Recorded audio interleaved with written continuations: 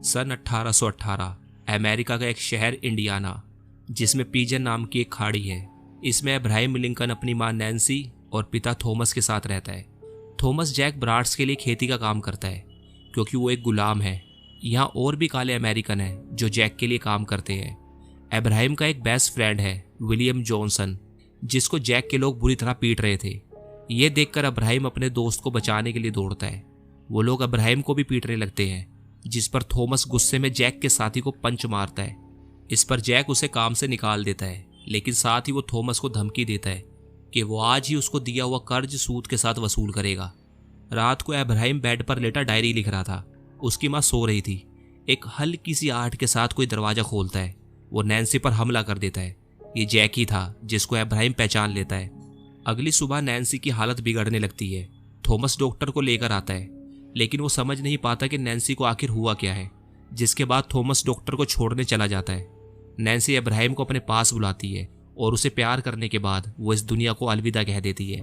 Nancy को दफनाने के बाद थॉमस अब्राहम को बताता है कि जैक ने उसे जहर दिया था। साथ ही वो अब्राहम से यह भी कहता है कि वो कभी बदला लेने के बारे में ना सोचे। देखते ही देखते 9 साल बीत जाते हैं।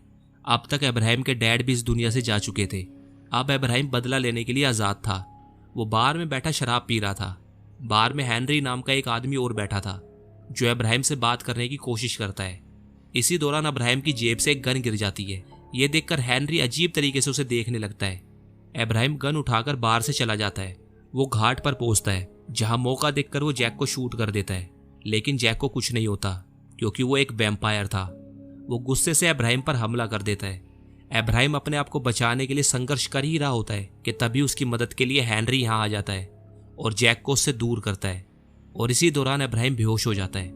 अगली सुबह जब उसकी आंख खुलती है तो वो हेनरी के घर में होता है। हेनरी उसे बताता है कि इस दुनिया में सच में वैम्पायर होते हैं और वो एक वैम्पायर हंटर है। अब्राहम भी वैम्पायर हंटर बनना चाहता है और इसके लिए वो हेनरी को राजी भी कर लेता है, लेकिन हेनरी की सिर्फ एक शर्त है कि अब्राहम बदले के लिए वैम्पायर्स को नहीं मारेगा, बल्कि लोगों की भलाई के लिए वो ऐसा करेगा। अब्राहम उसकी बात मान तो जाता है, लेकिन उसका असली मकसद अपनी माँ की मौत का बदला लेना ही है।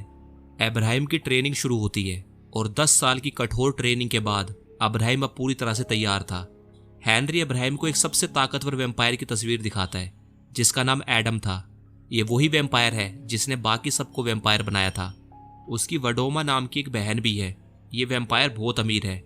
इनके अमेरिका के शहर न्यू ऑरलिन्स में अपने बागान हैं। साथ ही हेनरी ये भी बताता है कि वैम्पायर को सिर्फ एक ही चीज से मारा जा सकता है, चांदी, और इसीलिए वो उसको चांदी की एक पॉकेट वॉच तोहफे में देता है। अब बारी थी वैम्पायर्स का शिकार करने की। अब्राहम अमेरिका के एक शहर स्प्रिंगफील्ड आता है, जहां उसकी दोस्ती जोशुआ नाम के एक आदमी से होती है, जो कि एक दुकानदार है। वो अब्राहम को ऊपर वाला कमरा रहने के लिए दे देता है, लेकिन सिर्फ एक शर्त पे कि उसको दुकान में काम करना होगा।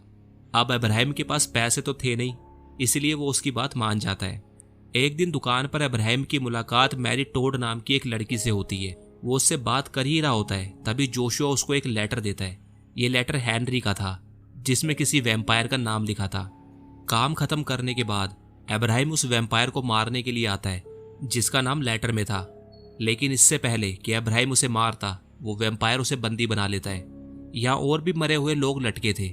जैसे ही वो अब्राहम को मारने के लिए आगे बढ़ता है, अब्राहम उस पर चाकू से वार करता है और रस्सी काटने के बाद एक ही झटके में वैम्पायर को मार गिराता है, जिसके बाद वो उसको जंगल में दफना देता है। अगले दिन जोशुआ अब्राहम को अपने साथ एक डांस पार्टी में चलने को कहता है। पार्टी में उसकी मुलाकात एक बार फिर से मैरी टोड से होती है, जो उसे अकेला बैठा देख साथ में डांस करने को कहती है, और यहाँ से इन दोनों के प्यार की शुरुआत होती। दिन पर दिन गुजरते गए और अब्राहम उन सब वैम्पायर्स को मारता गया, जिसका नाम हेनरी लेटर में लिखकर भेजता था, और साथ ही मैरी टोड से भी मिलता रहा। वो मजाक ही मजाक में मैरी को अपने बारे में सब सच बता देता है, लेकिन वो उसकी बात पर यकीन नहीं करती। जिसके बाद अब्राहम मैरी को घर छोड़ने आता है। मैरी उसको किस करने की कोशिश करती है, लेकिन अब्राहम को हेनरी की कही हुई बात याद आती है कि कभी दोस्त और रिश्ते मत बनाना। इसके बाद अब्राहम वहां से चला जाता है। ये सब जैक देख रहा था। अगले दिन एडम और उसकी बहन वडोमा अखबार में छपी खबर देखकर चौंक जाते हैं। पुलिस को 6 सरकटी लाशें मिली थी। एडम को समझते देर नहीं लगती कि ये काम हेनरी के चेले अब्राहम का है। वो उससे मिलने के लिए बेताब था। दूसरी तरफ अब्राहम की दुकान में एक काला आदमी आता है, जो उसे अजीब से सवाल जवाब करने लगता है और तभी अब्राहम उसे पहचान लेता है। ये विलियम था, अब्राहम के बचपन का दोस्त। वो बताता है कि वो साउथ में अपने जैसे लोगों को गुलामी से आज़ाद करवाने की कोशिश कर रहा था, लेकिन इनाम के लालच में कुछ लोग उसके पीछे पड़ गए। उन्हें लगता है कि विलियम्स भगोड़ा है, इसलिए उसे अब एक वकील की ज़रूरत है, और क्योंकि अब्राहम वकालत की पढ़ाई कर रहा है इसलिए वो उसकी मदद मांगता है। अब्राहम उसकी मदद के लिए तैयार था। वो उसके साथ दुकान से बाहर आता है, तभी कुछ लोग उन्हें घेर लेते हैं। ये वही लोग हैं जो विलियम्स के पीछे पड़े हैं। अब्राहम उन्हें जाने को बोलता है, लेकिन वो नहीं मानते, जिस पर सब आपस में लड़ने लगते हैं। मामला ज़्यादा बढ़ने के कारण पुलिस अब्राहम और विलियम्स को पकड़ लेती है, जिस पर मैरी टोड उनकी जमानत करवाती है।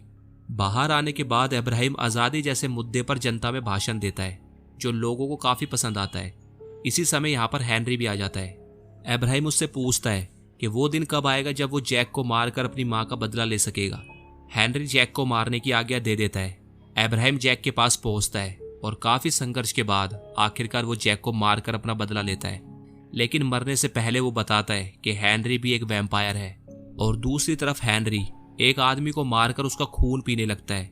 यह आदमी एक लड़की का रेप करने की कोशिश कर रहा था। तभी अब्राहम वहां पर आता है। वो हेनरी को भी दूसरे वैम्पायर्स की तरह मारने की कोशिश करता है, लेकिन हेनरी उसको अपने अतीत के बारे में बताता है। कई सालों पहले एडम ने हेनरी और उसकी पत्नी पर हमला किया, जिसमें वैम्पायर के काटने से उसकी बीवी तो मर गई, लेकिन हेनरी नहीं मरा, वो वैम्पायर बन गया। क्योंकि जिनकी आत्मा पवित्र होती है वही वैम्पायर के काटने से मरते हैं, बाकी के वैम्पायर बन जाते हैं।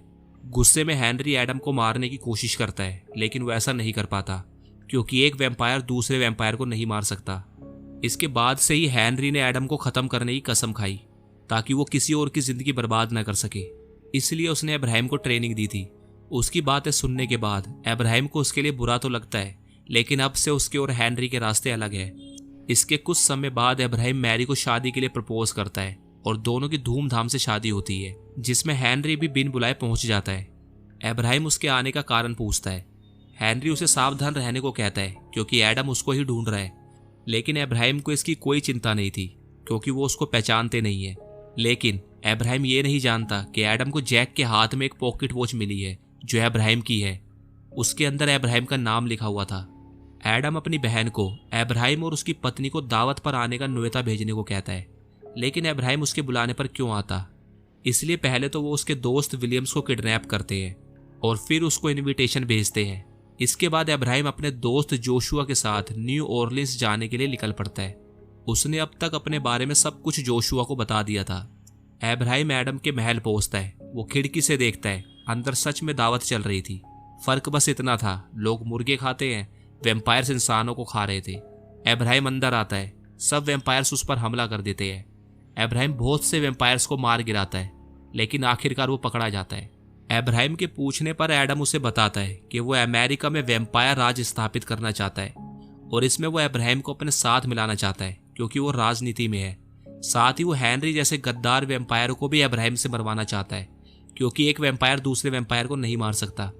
अब्राहम उसकी बात मानने से मना कर देता है, जिस पर एडम उसके दोस्त का गला काटने ही वाला होता है कि तभी जोशुआ दरवाजा तोड़कर तांग अंदर लेकर आता है।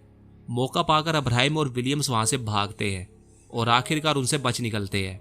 विलियम्स कुछ देर छुपने के लिए उसे अपने साथ अपने जैसे लोगों के पास लाता है। उनसे बातों के दौरान अब्राहम के मन में काले गुलाम लोगों की आज़ादी का ख्याल आता है। इस मुद्दे पर अब्राहम लोगों के सामने आवाज उठाता है। उसका सपना है लोगों को आज़ादी मिलनी चाहिए, गुलाम कोई नहीं होना चाहिए, ना गोरा ना काला। लेकिन हेनरी अब्राहम की बातों से सहमत नहीं था। वह अब्राहम को समझाता है, अगर साउथ के लोगों को गुलामी से मुक्त करवा दिया गया तो कोई भी सुरक्षित नहीं रहेगा, क्योंकि एडम और उसके जैसे वैम्पायर गुलामों का ही खून पीकर जीते हैं। लेकिन अब्राहम उसकी बात नहीं सुनता।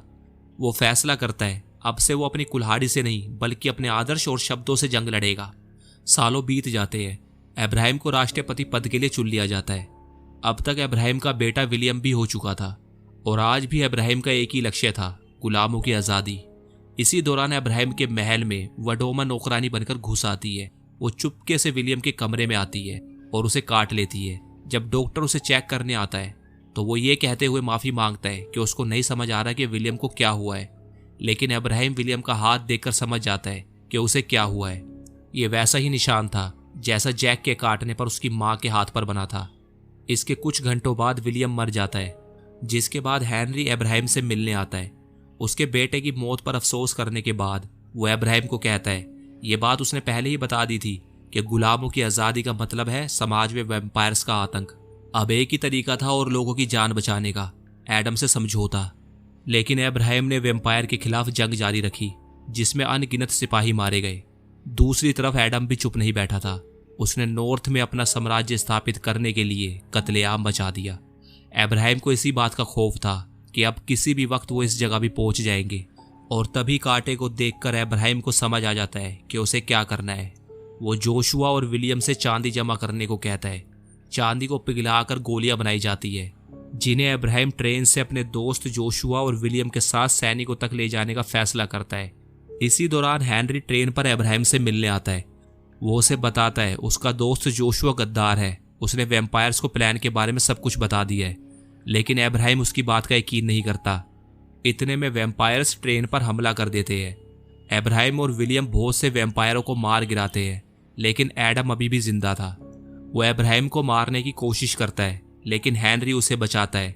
इसी संघर्ष के दौरान एडम की नज़र बॉक्स पर पड़ती है, लेकिन बॉक्स में चांदी नहीं बल्कि पत्थर थे। एडम गुस्से से भर जाता है। वो जोशुआ से चांदी के बारे में पूछता है। वो बताता है ये सब तो प्लान का हिस्सा था ताकि वैम्पायर्स को एक जगह लाकर उन्हें मारा जा सके। एडम जोशुआ को मार देता है। इसी दौरान वडोमा ब्रिज पर आग लगा देती है। पुल जलकर टूटने लगता है। एडम अब्राहम को मारने के लिए आगे बढ़ता है।